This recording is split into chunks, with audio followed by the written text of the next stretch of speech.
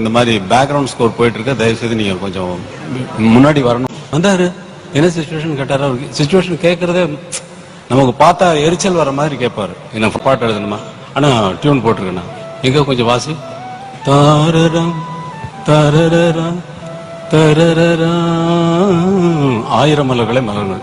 நான் பாடுற டெம்போவுக்கும் இருக்காது, அவர் சொல்ற டெம்போ வேற டெம்போன்னு சொல்றேன். சொல்லி முடிக்கல, அதுக்குள்ள சொல்லிட்டாரு. ஆயிரம் மலர்களே மலர்கள்ங்கிற எப்படி சேரும் அப்படின்னு நான் யோசிச்சுக்கிட்டு இருப்பேன்.